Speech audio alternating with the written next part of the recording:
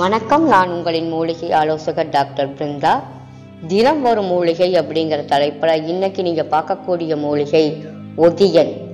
இந்த ஒதியன் மூலிகையினுடைய வேறு பெயர்கள் ஒதியான், ஒடியர், ஓடை, உளவை, ஒதியா அப்படின்னு சொல்றாங்க.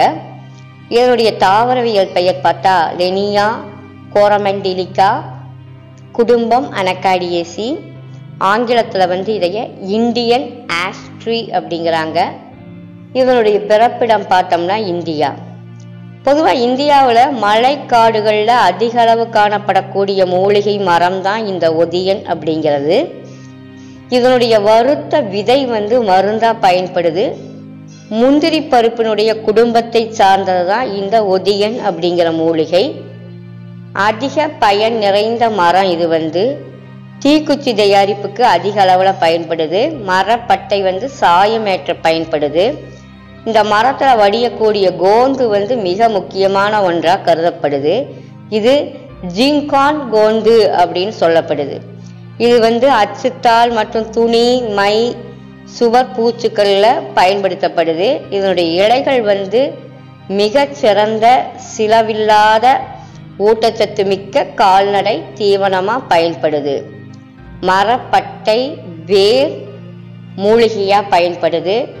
இரத்த பெருக்கத்தை குறைக்கும். அதாவது ஏதாவது ஒரு வெட்டுப்பட்ட இடத்துல என்னுடைய இலை சாரை புழிஞ்சு ஊற்றும் போது வேகமாக வடியக்கூடிய இரத்தம் அப்படியே உறைஞ்சு நின்றும்.